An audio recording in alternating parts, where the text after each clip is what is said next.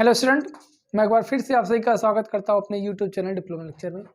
तो आज हम बात करने वाले हैं सोम, जो कि आपका जो मैकेनिकल ब्रांच है उसमें मॉस नाम से है, उसके चैप्टर नंबर 7 के बारे में, स्लोप एंड डिफ्लेक्शन। ठीक है, इसके पहले हमें 6 सब्जेक्ट पढ़ लिए हैं।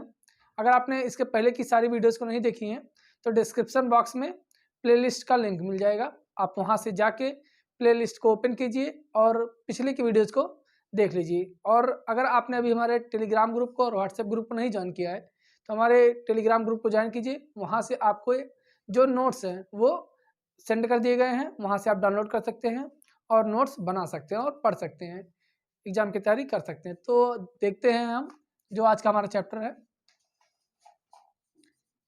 चैप्टर नंबर 7 है, क्या है? Slope and deflection.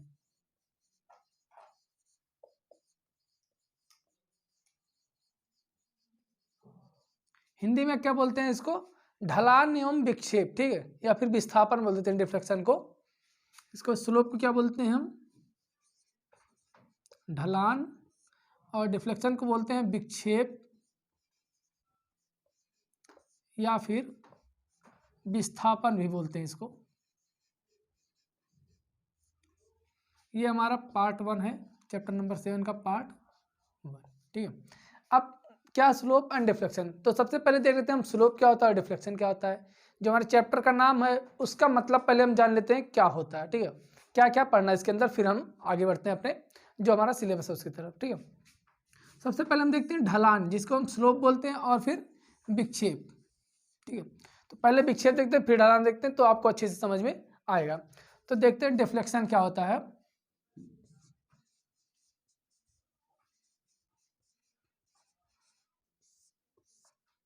जिसको हम विक्षेप बोलते हैं या फिर विस्थापन बोलते हैं। तो ये जो आपका डिफ्लेक्शन होता है, जैसे क्या हुआ, कोई बीम है, ये मान लेते हैं कोई बीम है। ठीक है, बीम पर क्या करते हैं हम? लोड लगाते हैं। जब हम बीम पे लोड लगाएंगे, हमने आपको पहले की वीडियोज में बताया है कि किसी बीम पे जब हम लोड लगाते हैं तो वो क्या होता है? बेंड होना शुरू हो जाता है। ठीक है, जब इस पर लोड लगाएंगे तो ये क्या होगा? कुछ बेंड होगा। किस तरह से बेंड होगा? कुछ इस तरह से बेंड होना ये शुरू हो जाएगा। ठीक है, ये हमारा बेंड हो जाएगा। तो जो हमारा डिफ्लेक्शन होता है, ये क्या होता है कि पहले की जो स्थिति है इसको मान लेते हैं ये P1 है, और इस मान लेते हैं बेंड होने के बाद क्या हो गया? ये P2 हो गया। तो इन दोनों का जो डिफरेंस हमारा होता है, क्या होता होगा? P2 माइनस P1, जो डिफरेंस होगा यही हमारा क्या होगा? यही हम डिफ्लेक्शन कहलाता है। इसको हम किससे डिनोट करते हैं? इसको हम Y से शो करते हैं। ठीक है, इसको हम Y से प्रदर्शित करते हैं, या फिर Y मैक्स लिख देते हैं। डिफ्लेक्शन को हम Y से प्रदर्शित करते हैं। डिफ्लेक्शन क्या होता है कि धरन के अंदैर्घ्य अक्ष, ठीक है, लॉन्गिट्यूडनल एक्सिस, ये हमारी क्या है? लॉन्गिट्यूडनल एक्सिस है। अंदैर्घ्य अक्ष पर, ठीक है, किसी बिंदु, किसी बीम के या फिर किसी पदार्थ के, किसी मटेरियल के लॉन्गिट्यूडनल एक्सिस के किसी एक पॉइंट पर लोड लगाने से, ठीक है, लोड लगाने से धरन पर लगने वाले भार के, धरन पर लगने वाले भार, ठीक है, के पूर्व एवं पश्चात, ये क्या है? धरन पर लोड नहीं लगा तब ये ऐसी स्थिति थी, लेकिन जब इस पर लोड लग गया तो उसकी स्थिति ऐसी हो गई। मतलब कि धरन पर लगने वाले लोड के पूर्व एवं पश्चात वाली स्थितियों के अंतर को, ठीक है, क्या बोलते हैं हम? डिफ्लेक्शन या फिर विक्षेप बोल देते हैं। तो ये क्या होगा हमारा? विक्षेप या फिर विस्थापन। ठीक है, तो अब स्लोप क्या होता है? जैसे ये हमारा ऐसे कुछ बेंड हुआ है, आप क्या करेंगे? ये कुछ इस पे कोई पॉइंट ले लेते हैं, इस पे टेंजेंट, ठीक है, स्पर्श रेखा अगर हम खींच देते हैं ऐसे, तो ये जो हॉरिजॉन्टल से ये जो टेंजेंट एंगल बनाता है, ठीक है, ये जो एंगल बनाता है इसी को क्या बोल देते हैं हम? इसी को स्लोप बोल देते हैं। ठीक है, अब हम एक देख लेते हैं सीधा सीधा क्या बनता है।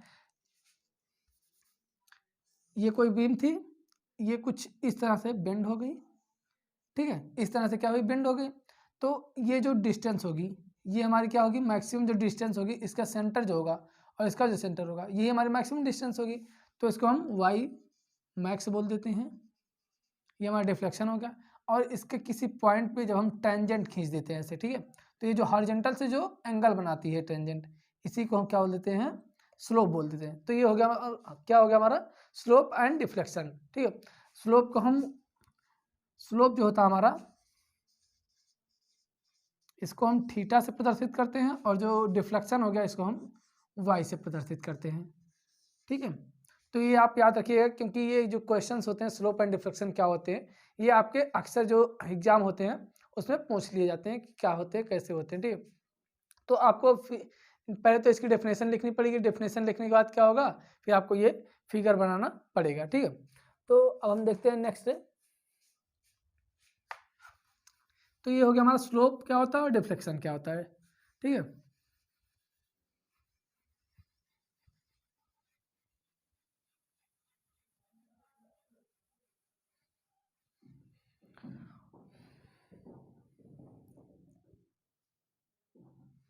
एक चीज और आप ध्यान दीजिएगा, ठीक है, कि अगर ये हमारा क्या है, ये कुछ बेंड हुआ, इस पे हमने टेंजेंट खींचा, सॉरी ये हमने टेंजेंट खींचा, जब ये क्या होगा, हम क्लॉकवाइज घूमकर एंगल मापेंगे। ये जो स्लोप हम अगर क्लॉकवाइज घूमकर मापते हैं तो क्या लेंगे, जब ये क्लॉकवाइज लिया जाएगा तो ये हम पॉजिटिव लेते हैं। ठीक है, और जब यही एंटी क्लॉकवाइज घूमकर हम लेते हैं, एंटी क्लॉकवाइज, तो इसको हम निगेटिव लेते हैं। ठीक है, ये की पॉइंट है, इसको आप याद रखिएगा। अगर इसको हम इधर से घूम के ऐसे ले रहे हैं, क्या है कितना आ रहा है, तो हमारा निगेटिव हो जाएगा, और जब हम इधर से घूम के ले रहे हैं तो ये हमारा पॉजिटिव हो जाएगा। ठीक है, ये होता है स्लोप एंड डिफ्लेक्शन। अब हम देखते हैं नेक्स्ट टॉपिक, हमारा नेक्स्ट स्टेप आता है उसको देखते हैं। अब हमने देख लिया स्लोप क्या होता है, डिफ्लेक्शन क्या होता है। ठीक है, अब देखते हैं कि स्लोप एंड डिफ्लेक्शन किस प्रकार से हम फाइंड आउट करते हैं, किस तरह से कौन कौन से फार्मूले होते हैं, कौन कौन सी विधियां होती हैं। ठीक है, उसको हम देखते हैं कि कितने प्रकार से हम जो स्लोप होता है और जो डिफ्लेक्शन हमारा वाई मैक्स होता है और थीटा की वैल्यू होती है, वो कितने विधियों से हम ज्ञात कर सकते हैं, उसको देख लेते हैं। तो क्या हो जाएगा यहाँ पे,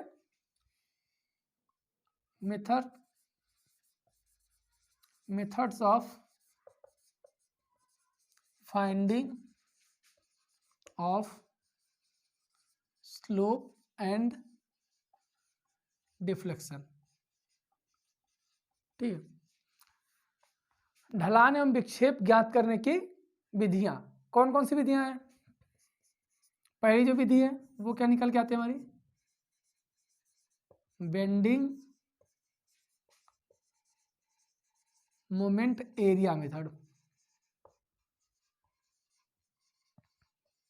पहला क्या हमारा bending moment area method.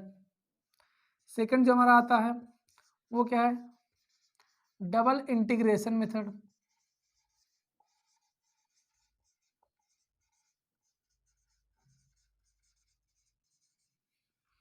And third का क्या आता हमारा, मैकाले मेथड। ठीक है,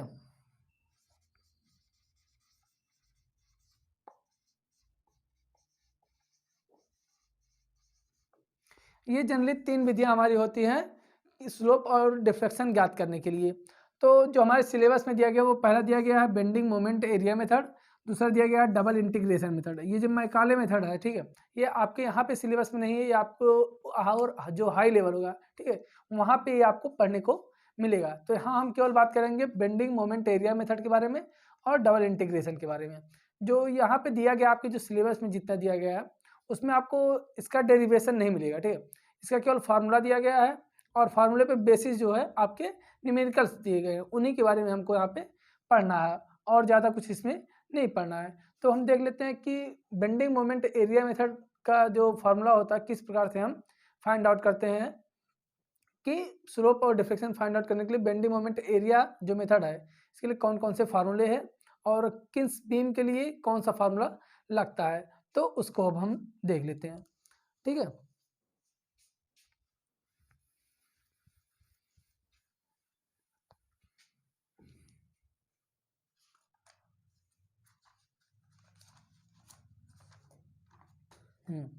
तो जनरली हमारा जो फार्मूला निकल के आता है, ठीक है, यहाँ पे हम लिख लेते हैं। हमने क्या देख लिया, तीन मेथड्स हमने देख लिए स्लोप और डिफ्लेक्शन फाइंड आउट करने के लिए। कौन कौन से, पहला हमने देखा बेंडिंग मोमेंट एरिया मेथड, ठीक है। बेंडिंग मोमेंट हमने आपको पढ़ाया हुआ है, ठीक है। अब अगर आपने उसकी वीडियो नहीं देखी है तो आप डिस्क्रिप्शन बॉक्स में प्लेलिस्ट का लिंक है, वहाँ से जाके आप देख सकते हैं।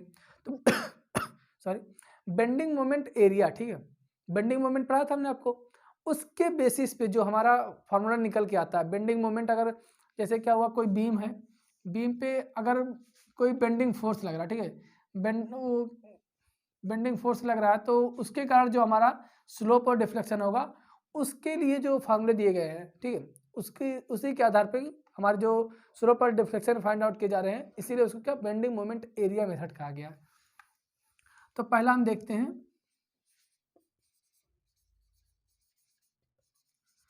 बेंडिंग मोमेंट एरिया मेथड, ठीक है। अब यहाँ पे बेंडिंग मोमेंट की बात आ रही है, तो हम यहाँ पे थोड़ा सा बेंडिंग इक्वेशन के बारे में देख लेते हैं कि बेंडिंग इक्वेशन क्या होता है, ठीक है।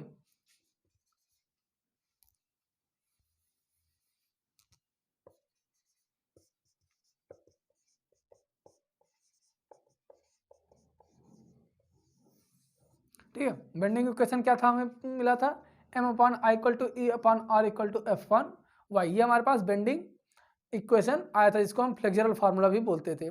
तो इसी के आधार पे क्या हुआ, बेंडिंग जो हमारा स्लोप और डिफ्लेक्शन है, उसके लिए फार्मूला निकाला गया है। तो उसी के आधार पे हम स्लोप और डिफ्लेक्शन निकालते हैं। तो देखते हैं कि स्लोप और डिफ्लेक्शन का जो फार्मूला निकाला गया है इस मेथड के द्वारा, वो क्या आता है, जो क्या हमारे वैज्ञानिकों ने दिया फार्मूला याद करने के लिए। तो जो हमने हमारे लिए क्या, जो स्लोप होता है, ठीक, स्लोप, पहले क्या देखते हैं हम, स्लोप, स्लोप को हम किससे प्रदर्शित करते हैं, थीटा, ठीक है। जब हम थीटा का फार्मूला इसके देखते हैं, तो थीटा बराबर क्या हो जाता है हमारा, a/E/i, ये हमारा फार्मूला होता है अगर हमें स्लोप ज्ञात करना है। जैसे कोई बीम है, बीम के क्रॉस सेक्शन का हमारे पास एरिया है, इसका यंग मॉडुलस है, और क्या, इसका मोमेंट ऑफ इनर्शिया दिया गया है। तो अगर हमें स्लोप ज्ञात करना है कि कितना स्लोप आएगा इस बीम में, क्या करेंगे हम, यहाँ पे ये हमारा हो गया एरिया, ये हो गया यंग मॉडुलस,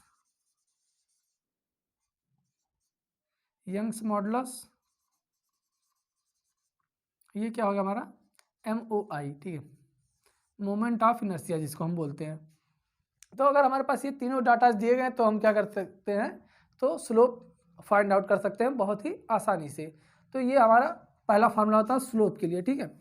हम देखते हैं कि जो डिफ्लेक्शन है, अगर डिफ्लेक्शन ज्ञात करना हमको बेंडिंग मोमेंट एरिया मेथड द्वारा, डायरेक्टली आपसे क्वेश्चन क्या पूछता है कि बेंडिंग मोमेंट एरिया मेथड द्वारा slope and deflection find out कीजिए। आपको क्वेश्चन दे देगा, बोल देगा कि बेंडिंग मोमेंट एरिया मेथड द्वारा फाइंड आउट कीजिए स्लोप एंड डिफ्लेक्शन, या फिर डबल इंटीग्रेशन मेथड द्वारा slope and deflection find out कीजिए। तो इस प्रकार से आपके क्वेश्चंस एग्जाम में आते रहते हैं।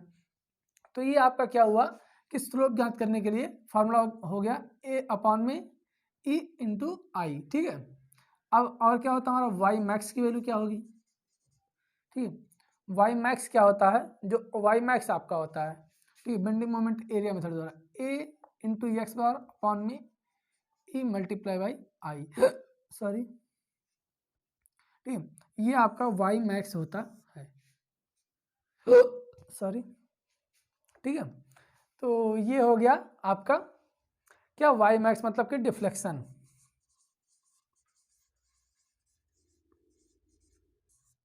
अब आपके मन में एक ख्याल उठ रहा होगा, आपने तो ए तो जान लिया क्या होता है, फिर ई भी जान लिया, आई भी जान लिया, लेकिन आपके मन में एक ख्याल आ रहा हो कि एक्स बार क्या है यहाँ पे, ठीक। तो हम उसको भी क्लियर कर देते हैं कि एक्स बार क्या है। जैसे क्या है, हमारे पास कोई ये ट्राइंगल दिया गया है, ये कोई क्रॉस ट्रायंगल का सेक्शन हमारे पास दिया गया है। अब इसका जो CG होगा, ठीक है, हमने आपको मोमेंट ऑफ इनर्शिया पढ़ा है चैप्टर में, वहाँ पे आप देख सकते हैं CG कैसे फाइंड आउट करते हैं, कैसे निकालते हैं किसी चीज़ का। तो ये मान लेते हैं इसका CG हो गया, जो इसका CG से, ठीक है, इसके CG से इसके कॉर्नर तक की जो हॉरिजॉन्टल डिस्टेंस होती है, ना कि वर्टिकल डिस्टेंस, ठीक है। लिखने तो हम ये भी लिख सकते थे, ठीक है, लेकिन ये ना होके इसकी जो हॉरिजॉन्टल डिस्टेंस होती है, इसी को क्या बोल देते हैं, एक्स बार ही हमारी डिस्टेंस होती है, ठीक है। ऐसे हमारा रेक्टेंगुलर सेक्शन होगा तो उसके लिए ये CG हो गया, CG क्या करते हैं, यहाँ तक की डिस्टेंस हॉरिजॉन्टल जो होती है, इसी को हम एक्स बार बोल देते हैं। तो इस प्रकार से हम एक्स बार फाइंड आउट कर सकते हैं। अगर हमारे पास इसकी लेंथ दी गई है, विड्थ दी गई, तो हम x बार आसानी से फाइंड आउट कर सकते हैं। जब लेंथ और विड्थ दी गई है तो हम क्या करेंगे, एरिया भी आसानी से फाइंड आउट कर लेंगे, और जो मोमेंट ऑफ इनर्शिया होता है ये भी फाइंड आउट कर लेंगे। फार्मूला क्या होता है हमारे पास, बी डी क्यू वन में 12, ये मोमेंट ऑफ इनर्शिया का फार्मूला होता है, और जो यंग मॉडुलस हमारा क्वेश्चन पे दिया रहता है। तो इस प्रकार से हम क्या करते हैं, फाइंड आउट कर लेते हैं अपना स्लोप और डिफ्लेक्शन किस प्रकार से आता है, कितना आएगा किस बीम में, वो हम देख लेते हैं। तो ये क्या हुआ हमारा बेंडिंग मोमेंट एरिया मेथड। ठीक है, इसके लिए दो फार्मूले हैं। स्लोप के लिए एक फार्मूला है हमारा ए अपॉन में ई आई, स्लोप को थीटा से प्रदर्शित करते हैं, थीटा बराबर ए अपॉन में ई आई हो गया। फिर क्या हुआ, डिफ्लेक्शन हो गया वाई मैक्स, वाई मैक्स मतलब ए एक्स बार अपॉन में ई अपॉन में ए एक्स बार अपॉन में ई आई। ठीक है, ये हो गया हमारा slope and deflection moment area, bending moment area method द्वारा कैसे फाइंड आउट करते हैं। जो नेक्स्ट हमारा आता है, नेक्स्ट देख लेते हैं क्या टॉपिक हमारा आता है।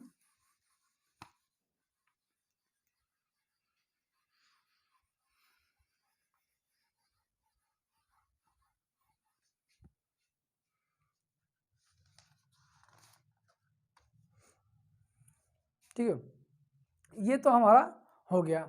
अब एक चीज और हम देख लेते हैं। ठीक है,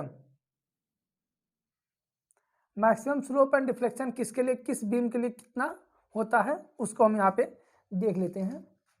ये आपका जनरली आ जाता है बहुत, ये अगर आप ये फॉर्मूला जान गए, ठीक है, जो हम आपको बताने जा रहे हैं कि मैक्सिमम स्लोप और मैक्सिमम डिफ्लेक्शन किस बीम के लिए कितना होगा, आप इस फार्मूले को अगर पढ़ लेते हैं, अच्छे से याद कर लेते हैं, तो आपको इस चैप्टर में कोई भी न्यूमेरिकल सॉल्व करने में कोई प्रॉब्लम नहीं होगी। बहुत ही इजी वे में आसान तरीके से आपके क्वेश्चन सारे सॉल्व हो जाएंगे।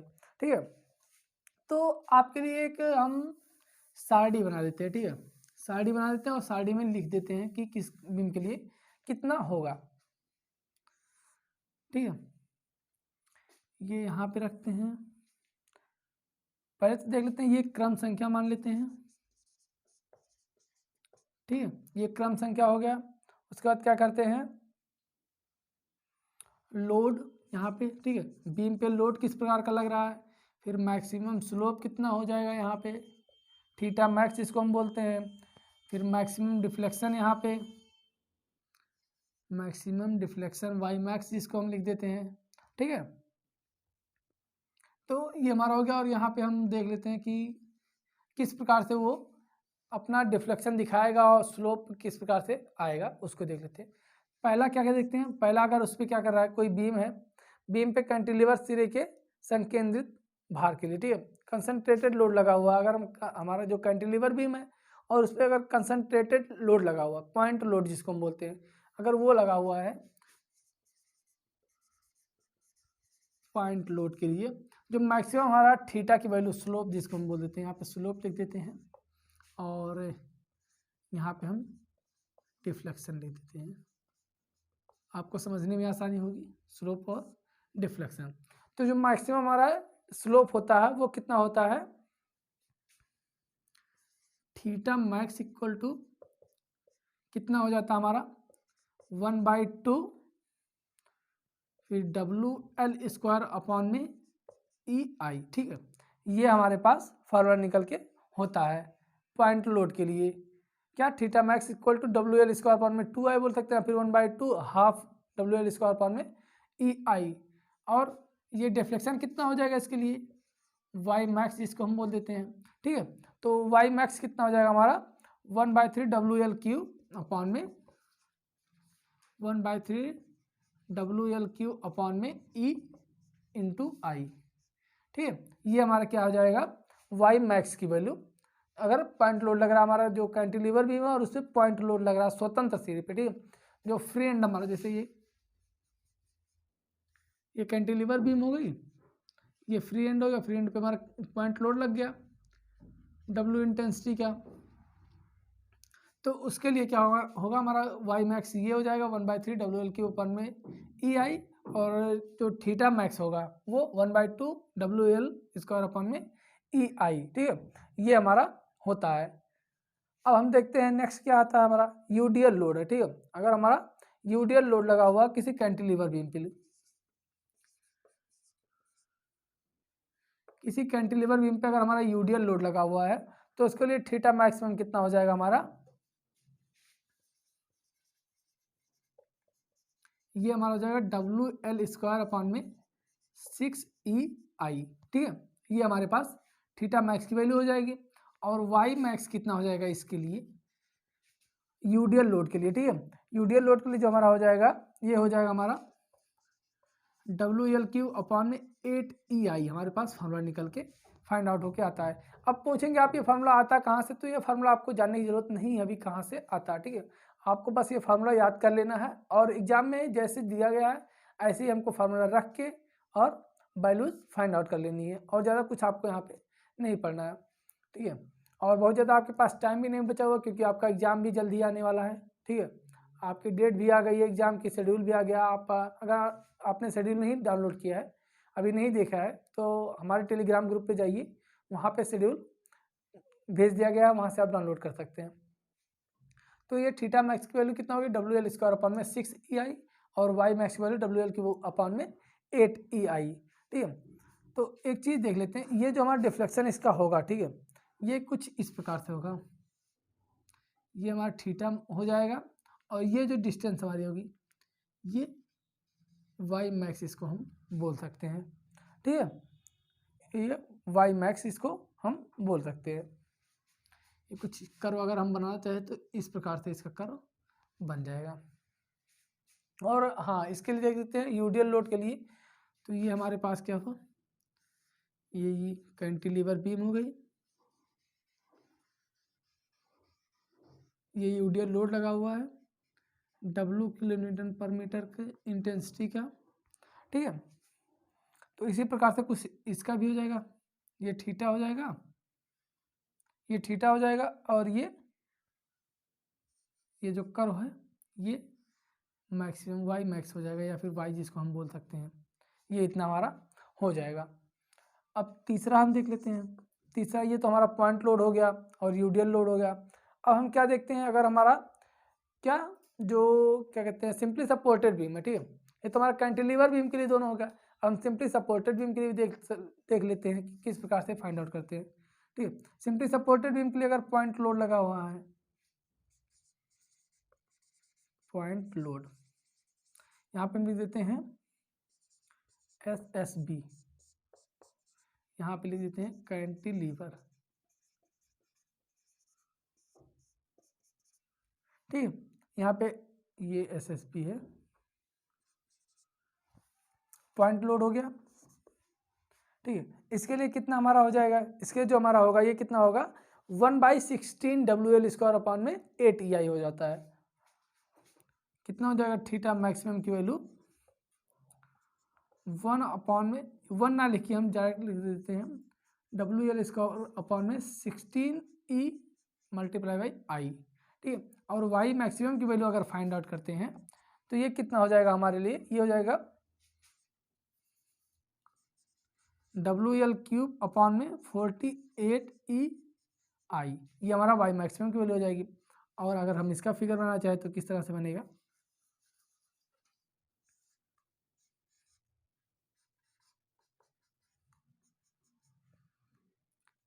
ये कोई पॉइंट लोड लग रहा है W इंटेंसिटी का। ठीक है, तो इसमें जो हमारा डिफ्लेक्शन होगा ये कुछ इस तरह से होगा।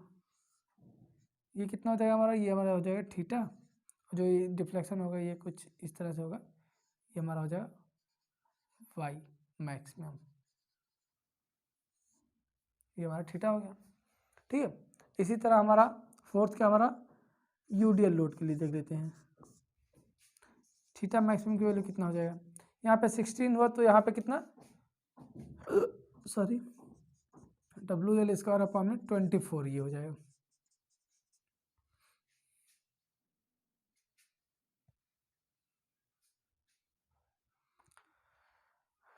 ठीक है, तो ये क्या हुआ हमारा 24EI WL² अपॉन में 24EI यूडीएल लोड के बाद थीटा मैक्सिमम हुआ। और वाई मैक्सिमम कितना हो जाएगा, ठीक है, वाई मैक्सिमम जो हमारा होगा ये कितना हो जाएगा, इसको भी हम देख लेते हैं। तो ये जो हमारा होगा ये वाई मैक्सिमम 5 अपॉन में 384 WL³ अपॉन में EI। एक चीज़ आप यहाँ पे कॉमन देख रहे होंगे कि ये सब में डब्ल्यू एल स्क्वायर जो हमारा स्लोप है इसमें डब्ल्यू एल स्क्वायर सब में कॉमन है और इसमें क्या है डब्ल्यू एल क्यू सब में कॉमन है। ठीक है, यहाँ पे 1/2 1/6 1/16 1/24 ठीक है, और यहाँ पे 1/3 1/8 1/48 1/5/368 384 सॉरी 384।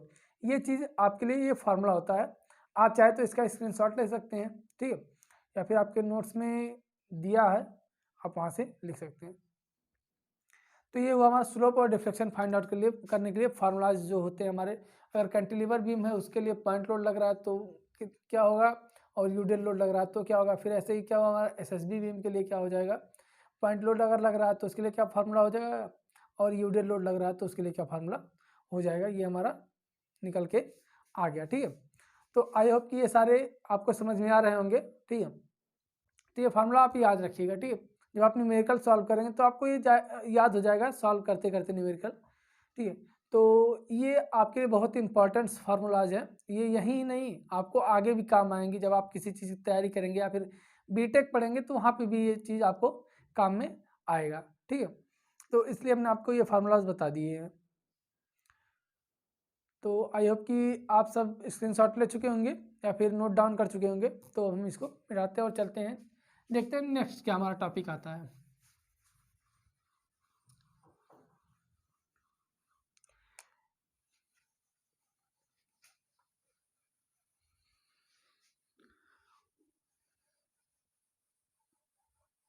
अगर आपको कोई चीज़ नहीं समझ में आती है मान लेते हैं तो आप कमेंट सेक्शन में कमेंट कर सकते हैं या फिर हमारा व्हाट्सएप नंबर दिया गया है स्क्रीन पर। ठीक है, आप वहाँ पे मैसेज कर सकते हैं। आपके जो जितने भी डाउट्स होंगे या फिर कोई क्वेश्चंस आपको नहीं आ रहा तो आपको सॉल्व करके मिल जाएगा।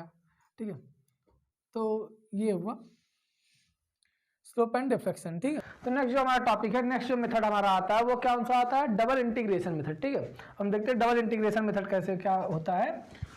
सेकंड जो हमारा आता है डबल इंटीग्रेशन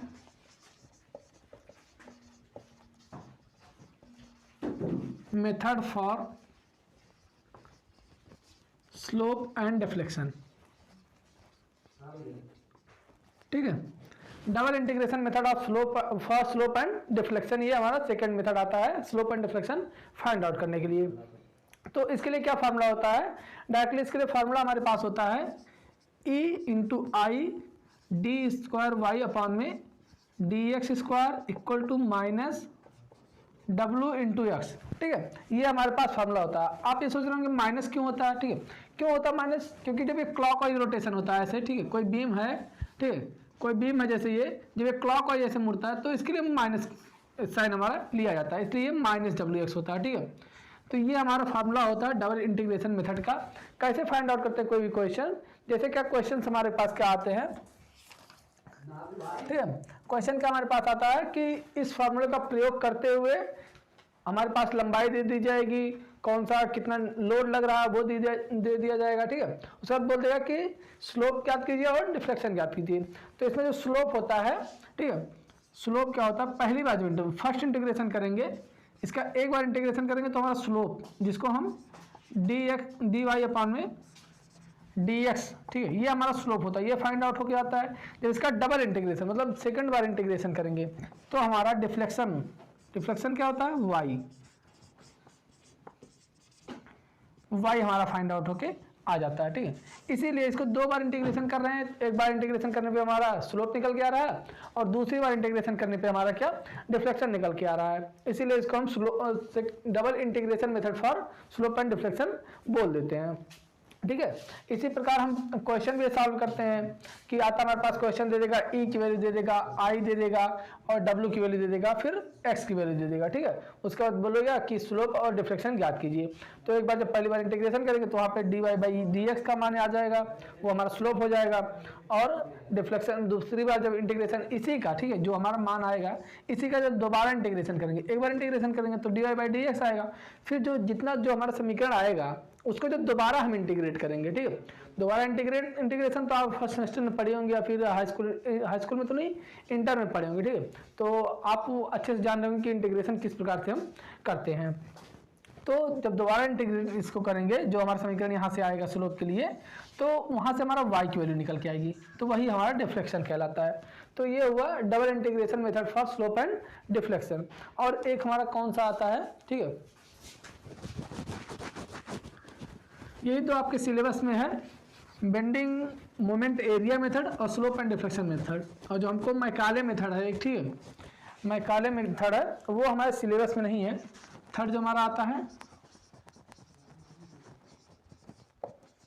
मैकालेज मेथड, ठीक है। तो इसके बारे में हमको कुछ पढ़ना नहीं है, ये आपको नेक्स्ट जो आप आगे जाएंगे, जैसे बीटेक करेंगे और किसी चीज़ की तैयारी करेंगे, JEE, UPSC, JEE, triple SC, JEE, ठीक है, तो वहाँ पे इसका काम आपको लगेगा। लेकिन यहाँ पे आपको पढ़ने की कोई जरूरत नहीं है, आपके सिलेबस में भी नहीं है, और इससे कोई क्वेश्चन भी वैसे नहीं आता। आपका जो डबल इंटीग्रेशन मेथड है उससे भी बहुत ज़्यादा क्वेश्चन आपके नहीं आते हैं।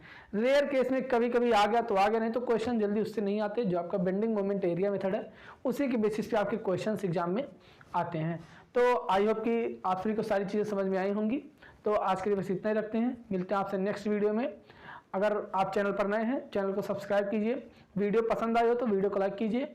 मिलते हैं नेक्स्ट वीडियो में, तब तक के लिए धन्यवाद, थैंक यू।